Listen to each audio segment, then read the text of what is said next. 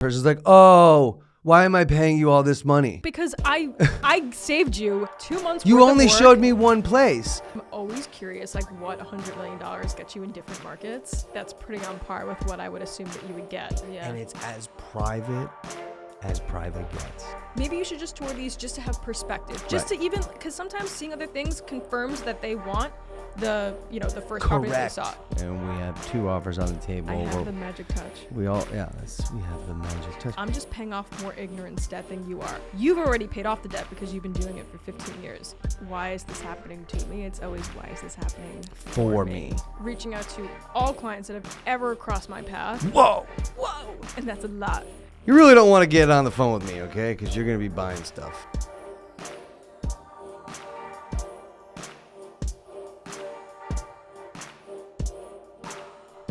Welcome to episode 3. This is the Broker That Never Sleeps podcast. Samantha Germano, Nile Lungren. We are here for the 3rd episode, and we got some, what did you say earlier? Juicy? We got something juicy for you. About. Okay, so let's get into it. Okay, first let's talk about what happened last week. Okay. How was your week? Well, it was great. A little exhausting. Yes. Yeah. I didn't even know that you left New York State. You didn't even know? Yeah, I keep it pretty quiet. So I left New York State. I went to Las Vegas. My sister is Miss North Carolina, and she was competing in the Miss 4 USA pageant. So I was out there for a couple days, and it was awesome. She came in 6th place out of 50, which is tremendous, and I'm just super, super proud of my sister, and it was a joy to watch her do that. That's incredible. And shine on such a big stage. So from Las Vegas, I then said, well, shit, I'm pretty close to Arizona. I have a friend who lives in Sedona. His son is 7 years old. He's a big YouTuber. And he was like, you got to come to help my son, like, get his YouTube page going and, like, really understand. Like, I taught the kid how to edit. I was with him. We did, like, 6 different vlogs. He's 7 years old. We did 10 different challenges. Can you eat all of these goldfish in 30 seconds? Didn't work. But hilarious content, you know? It's like stuff like that. Yeah. And I haven't edited it all yet, but I did that in Sedona. And then from there, it's like, how do you weave real estate into everything? Mm-hmm. And I was in Las Vegas 2 weeks prior. I was speaking at the Inman conference, and the gentleman that I spoke with, his name is Josh Stately. He's one of the top agents in all of Arizona, all the West Coast. I mean, already this year, he's already sold over $150 million. He works not only selling stuff for like developers, but then also selling the properties again once it's developed, and he's a developer too. So he controls a lot of the inventory. Yeah. So what was great for me is I then went from Arizona, I was in Sedona, and then I went to Phoenix, which is his primary market. Okay.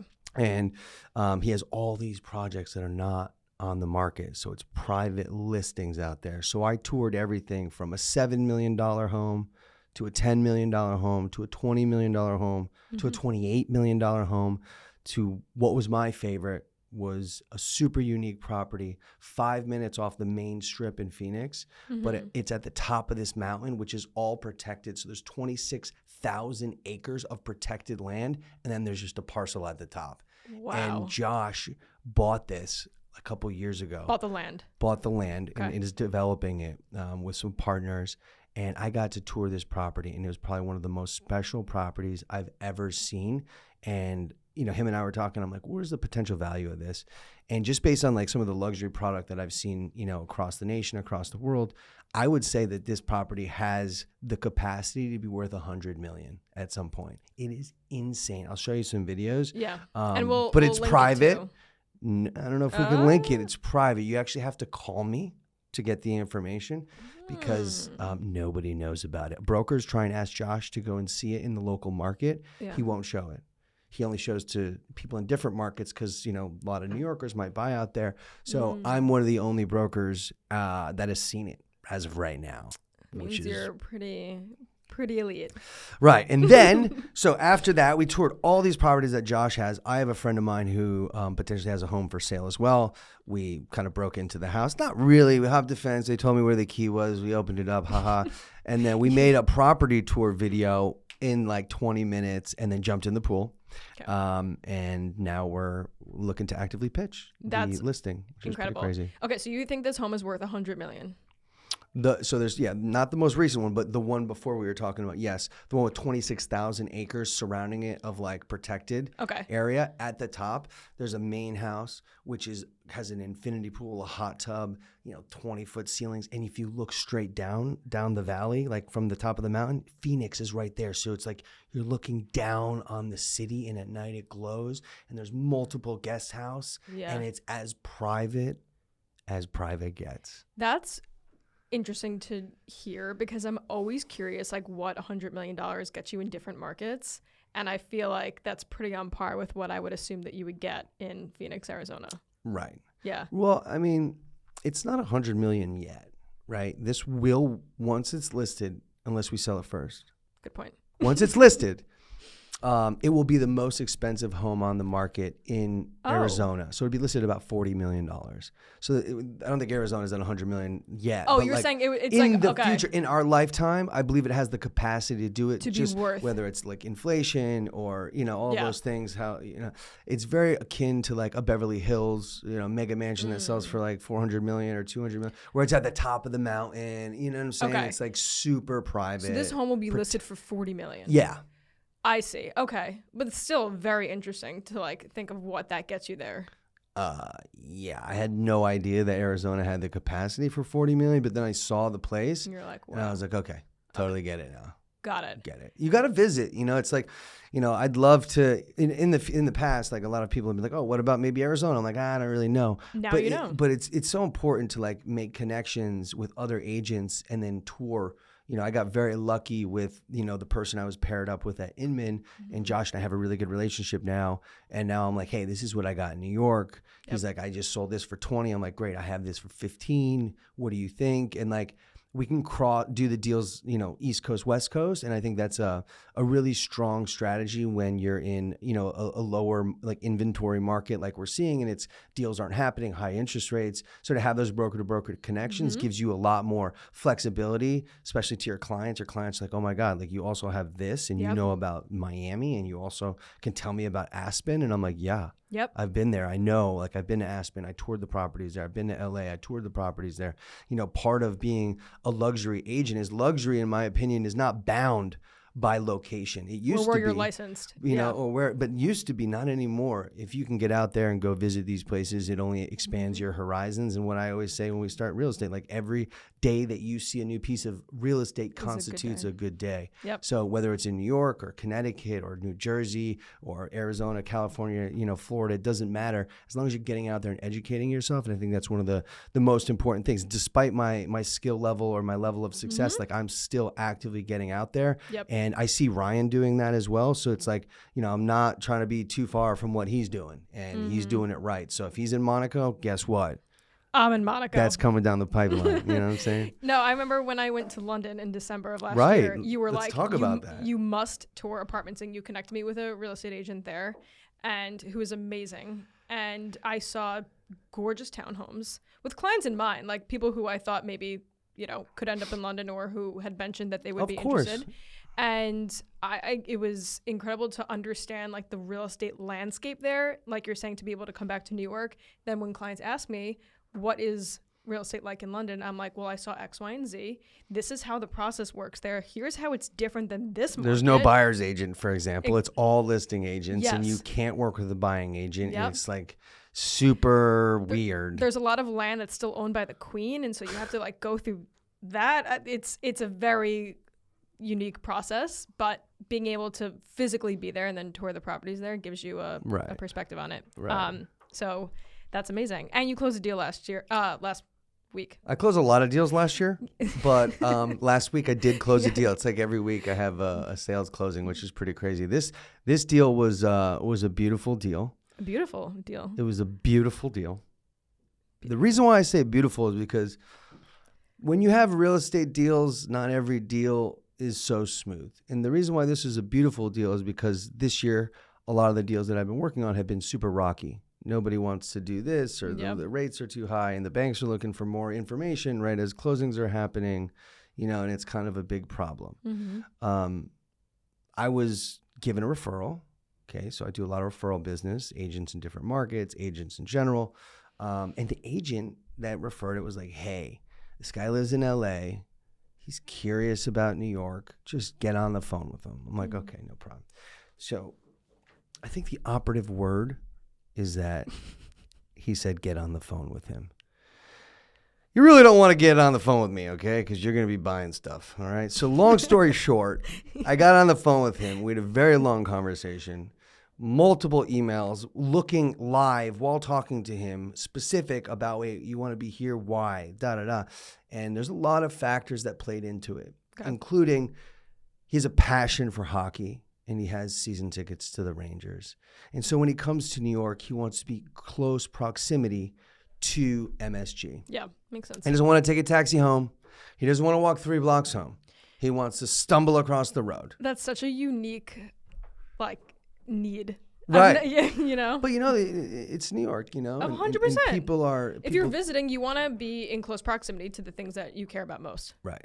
So. Right. So the long story short is...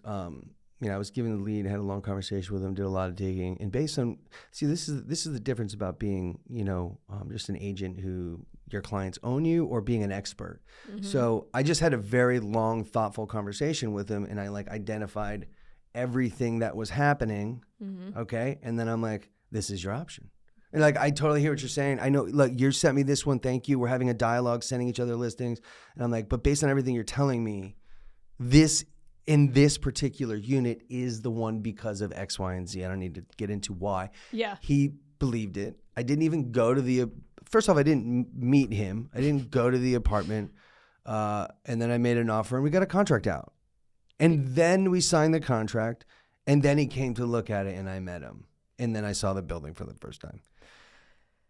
Guy loves me. But to be honest, I just saved him a lot of time. Yeah. Because I'm the expert, yep. Right? You talk to me because you don't want to look at 40 listings and talk to 70 different agents who are harassing. You just call somebody that knows what's going on and be like, hey man, this is, because if I can ask you specific questions, if I can get you into the question mode, if I could ask 10 questions and know exactly what your preferences are and then help you maneuver towards that. And then from there, if that's no good, then we can ask more questions and then maneuver towards something else. Maybe increase your budget by double, whatever it may be, But yeah, that was a fun deal. It was a beautiful deal. Beautiful deal. I thought it was one of my have I done that before? I don't know if I've done that. I've done rental deals, not seeing the apartment or the people or whatever. But I don't think I've ever not met a person and then not seen an apartment and signed a contract. So that was a first. That was a quiver in my arrow in my quiver. Thanks. That reminds me of remember there was that rental deal that I did in the beginning of last year. I met these clients, had a long conversation with them about what they wanted. They had 2 days to tour apartments. Right. They were so specific. They needed to be near a certain location because they were opening up a business. They needed certain things within the apartment and within the building. I immediately knew the building that they needed to rent in. Luckily, that building had an apartment for them. Signed the lease next day. Bingo. It's when you know the inventory, when you what is best suited for your clients, it makes the process for them that much easier. But this is the rub, right? It's you do a good job like that, and then especially on the rental side, and then the person's like, oh, why am I paying you all this money? You're because I saved you 2 months. You worth only of work. showed me one place. Yeah. Well, it's I have 10 years of experience behind this that it makes it so I only show you one. That's why you're paying money, because I saved you a month, 2 months of time. And how much is your time worth? Yeah. You're welcome. You're welcome. Getting into actually what happened last week in New York City in the celebrity world. Ooh, tell me. Kendrick Lamar purchased an apartment in New York City. Before I tell you where he bought it, you have to guess. Kendrick Lamar? I would say somewhere near downtown Brooklyn or one of the surrounding neighborhoods. Wow, you were really close. Okay, I'm really impressed. So he is in contract to buy an $8.99 million penthouse at 90 Furman Street, which is in Brooklyn Bridge Park. Yep. Okay. I figured that, probably because, I've dealt with, some folks in that, in that realm. And I would say that the Nets are really close. Yeah. And, the Knicks, Manhattan, whatever, but you could get a lot for $9 million in Brooklyn. $9 million is one of the most expensive. It's a tri-level condo with 2,000 square feet of outdoor Yeah, space.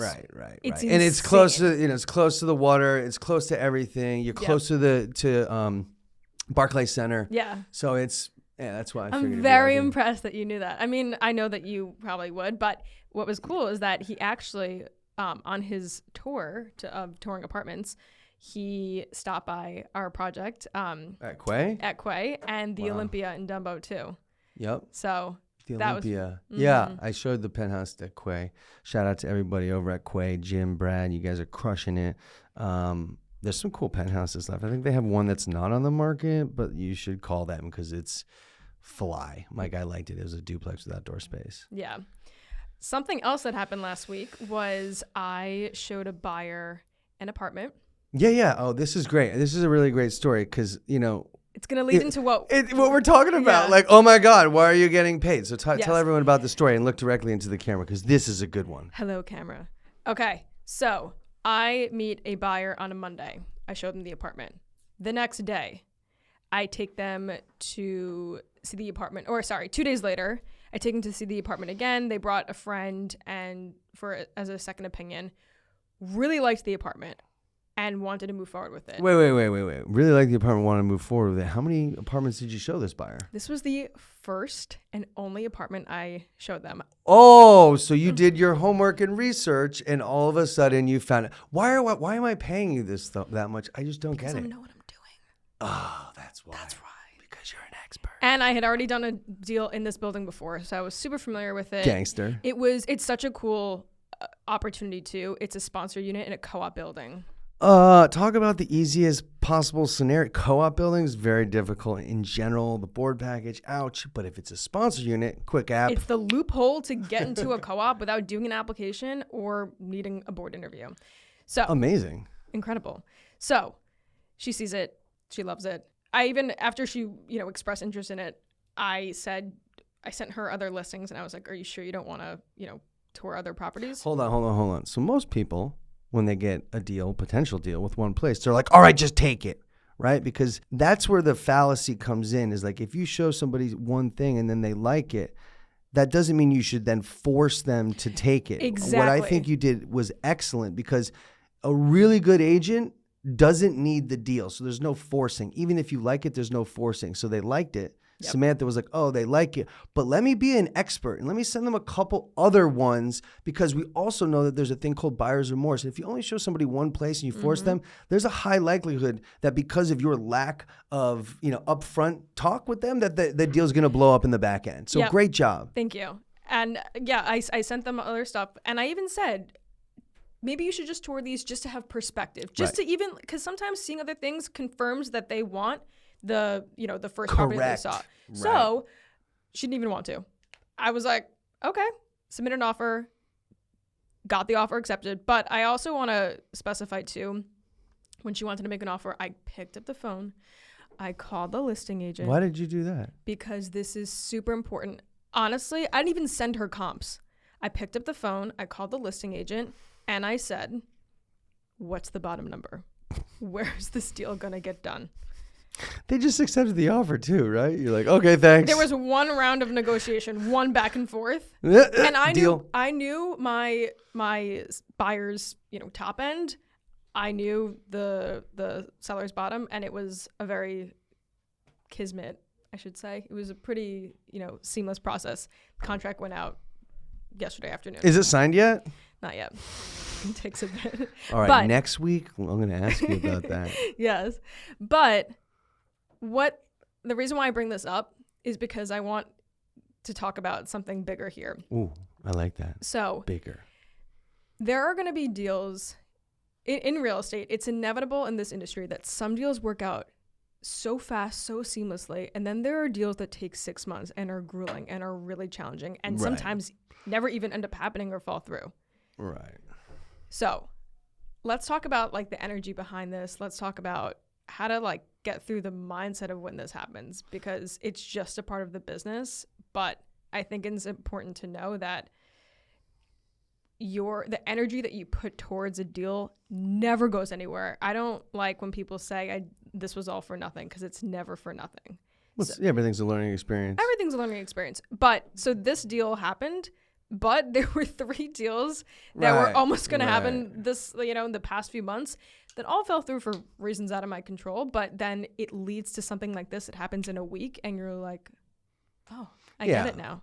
What I always like to say is that all the work that you do never like disappears, right? So what I said earlier is that every day that you see a new piece of real estate constitutes a good day. Well, the reason why I'm able to do deals without ever seeing the apartment or meeting a person is because I've spent 15 years dedicated to going and looking at new properties, right? When you go and do that, then you could just talk to somebody like, this is where you're going to live. Yep. And they're like, but wait, why? Right? So you have those quick moments. And those quick moments are accumulation of everything. And that's great. But that's not everything. And most of the deals, most of them have major problems. And sometimes, most of the time, this is a big business of failure, right? You just got to fail and fail and fail. So most of the times it's the opposite. You're showing somebody for something for, and I've done it. We've all done it. 2 years, a year. 6 months, lost deals, not pulling the trigger, not doing whatever. And that's frustrating. But then, because you're learning how to deal, you're learning how to navigate, you're learning how to work other offers or sneak yourself into appointments that you have no business getting into.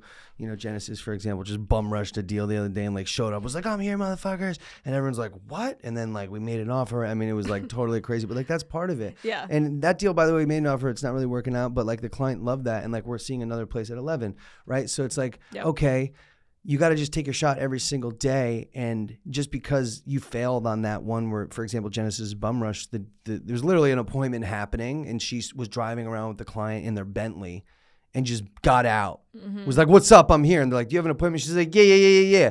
And then like rolled in and then like called me. I was like, get here immediately. I don't know what's going on. And I was like, all right. And I got there and I'm like, holy shit. Yeah. Right. But that's putting that's just like taking advantage of whatever's in front of you and then putting the work in, and it might not work out there, but then that effort gives you the confidence. Like, do you know what that did to my confidence? To be like, holy shit. Because I've used to do that. Like I used to literally, I'm a much different agent now, but I used to be on the streets, meeting people on Wall Street in Broadway outside of Trinity Church and touring them. And like, maybe there's 2 agents there with the same group and then we're fighting. Like I've been there. Like, no, these are my clients. Like, whoa. And then the girl's like, who are you guys? And I'm like, my name's Nile, like the river. Remember we talked on the phone? They're like, oh yeah, I remember that. That was my call sign, Nile, like the river. Because then people know. Yeah. I spoke to you, remember? They're like, oh yeah. I'm like, who's John? Get that guy. But like you're fighting on the street for the client. Yep. And that then you win that.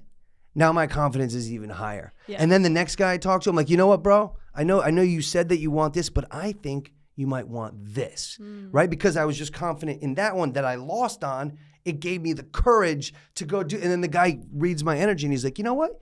You're right. Let's do it. And I'm like, yeah, let's do it. I think an underrated quality in that makes a successful agent successful is their resilience. Sure. How you react to a challenging situation or a deal that falls through is going to determine the success of your next deal. Right. I'm confident in it. And there was, especially my first year, there was one deal that I had been working on for 6 months, fell through. I didn't lose the buyers. Like the buyers were still wanted to work with me, but after the deal fell through, they were like, we need to take a break before we get into the search again. I said, no problem. I understand. They come back 3 months later. And in your first year, you hold on to every deal so tightly because you need it. It was so cute. Yeah. And then, but I didn't give up on them, followed up with them, stayed in touch. And then 3 months later, they're like, all right, we want to get back into the search again. I said, great. They were like, so a few things have changed within our lifestyle, within our careers, and permission to increase our budget by $1 million. I was like, permission granted. And that, like, those moments just happen unexpectedly sometimes. And now when a deal falls through, I get excited because I'm like, they're either going to come back and increase their budget or I'm going to get another client, triple their budget. Right. And it's going to work out so great. Right. So it's just a good reminder that anytime that you're working with a client, it's taking a while, or if a deal falls through, the energy doesn't go anywhere. Another thing to say, resilience is probably one of the key traits of any successful agent. Yeah. And, when you put the time and energy and effort in, most people get discouraged because, it didn't work out. I think the appropriate attitude is the attitude that you carry, which is, oh my God, how exciting is this? Like I always operate, especially when I was in commercial real estate, I always operate that it's a numbers game. So like when you're in real estate and you're cold calling, like it's just about the numbers. And if you can keep calling, eventually it doesn't matter what people are saying on the phone. If you make enough dials, if you make enough showings, you're going to just walk in one day and someone's like, I'll take it. Yep. But you have to have enough showings and not be discouraged because 8 people told you no. Like the thing that I loved is when I was cold calling and I'd get, the rule was that you'd get hung up on 12 times. Okay. So like when I'm at like 10 and then 11, I'm like, man, here we go. Yeah. This guy's going to fucking break. And I'm like, look, John, I know I'm calling you. I know you're ignoring me. Totally get it. Do you have 5 minutes? Because I'm not going to stop. And they're like, fine. And you're like, yes. But that takes 12 times. And if you stop after 3 and you're like, oh, this isn't working, then like, okay, good. See you later. You're probably going to leave New York. And that's not what it takes. Like, you got to keep going. And I think you have a really good attitude about it. Thank you. Well, in my first year, I remember I got discouraged after a few deals fell through. And so I had a session with this business coach and they told me to start tallying every deal that falls through, every client that goes to you, no matter what. So I would physically tally. And like you said, when I got to like the 9th one, I was like, oh, this 10th one's going to be my deal. It's just a numbers game. It's just a numbers game. So almost like a good mentality to have is just get the deals that don't work out. Just get them through, get excited about the no's. Right. Because it's going to happen. But actually, we had Jay Shetty on our like weekly market update. And Ryan talked to him and he said something that I think is really cool. When things don't work out, it's okay not to be grateful immediately. It's okay to feel the feelings of being frustrated and then coming to like the point of gratitude. Because like when something falls through, it's you human. do like I always say like it's okay, but meanwhile I'm like motherfucker. I also like when something doesn't work out, all we're doing is paying off something I learned recently called ignorance debt.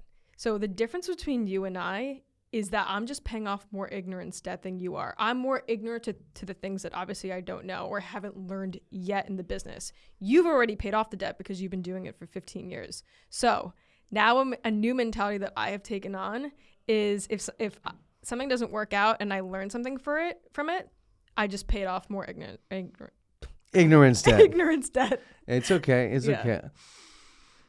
Ignorance. Is it ignorance or just you're just not? Is ignorance intentional? That's what the term is called. But what is it when you're just? It's not. Is it awareness? Unaware. Okay. Unawareness. So I think debt. Ignorance. You're not ignorant, and you're not paying an ignorance debt. I think you're paying an awareness debt. Sure. You're now becoming more aware to what you need to do, to what the best practices are. I think that's more appropriate. But hey, if you want to hashtag it, you could do that. There will be no hashtagging. I'm going to do a hashtag I'm going to tweet right now and hashtag it. Like, hashtag ignorance debt versus awareness debt. What do you guys think? And my 300 Twitter followers are going to get like one, no response. And then I just respond. It's like awareness debt. And it's like, you look at it and it's just like one response, 100%. Yeah. That's why I got it. Yeah. Clean 100. No other people voting. Exactly. But yes, I think this is such a good lesson to remember. Even like the $6.5 million deal that we did last year, that came after months of me working with 3 different clients that never ended up buying anything. Yeah, and you showed like 2 rentals, 2 sales, and we're like, yeah, you should buy it. And he's like, all right. And we're like, okay. It all balances out at the end. Exactly. So for anyone who's listening who, no matter what stage of real estate you are in, whether you're in your first year, your 5th year, or your 15th year, right. This is going to happen no matter what. Like I said, it's inevitable. It's just a matter of how you mentally get behind it. Right. How you deal with it. Yeah. And like you said, resilience. So resilience is one of the most important factors that any real estate agent can have. And I think anybody in general, because real estate's kind of a metaphor for life. Like you're going to get beat up a million times. You're not going to get that job. You're not going to get that wife, that husband, that girlfriend, that boyfriend, whatever it may be. And you have to be resilient and say, look, I believe in myself, and I know that the energy I'm putting into getting that person or doing that thing, I might not have immediately won, but I'm putting the efforts and the steps towards it, and eventually it'll be there. It's one of the great, there's like a saying, like the long journey or whatever starts with one step. And like that one step might be a very negative one. You might get, hung up on, but then you got to take the second step. And then you might get hung up again. But just, short memory, take the next step. Okay, hung up again. And then, 30, 40, and then you're like, boom, deal. Whatever that may be. It's never a matter of why is this happening to me? It's always why is this happening for me. Good job, Sam. Thanks, Nile. Sam's killing it. She knows all the things. So what else is going on in your world? I mean, you also, you got that deal and contract. Okay, we're in a bit of a lull. We're right before Labor Day, so I think it's a very important time for myself and the team and the agents to be setting themselves up to have a very successful fall in Q4. Yep. So what else is going on with you? Right now, this is kind of when I do a lot of outreach and relationship nurturing. Okay. So reaching out to all clients that have ever crossed my path. Whoa! And that's a lot. But that's a lot. And just nurturing those relationships, saying hi, asking how their summer is.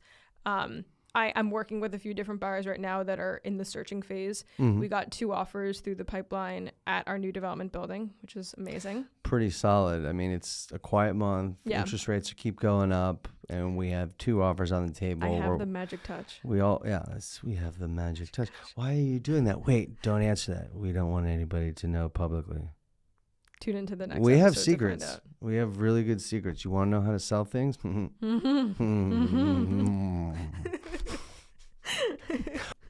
Well, thank you for tuning in.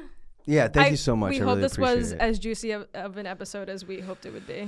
No, I think it was, and I really appreciate your insight. And this is awesome. This is the 3rd episode of season 2 of the Broker That Never Sleeps podcast. Please hit the like button. Please hit the subscribe button. That notification bell. You better be mashing that because you need to be notified when we drop new content. Okay, so it's right here. Please click it. We'll be back to you next week. Yes, and if you have any questions for us that you want to answer, that you want us to answer during the episode, write them in the comments. Yeah, email us, comments. You can hit us in the DMs. You know what it is. But we look forward to seeing you next time, and have a great day.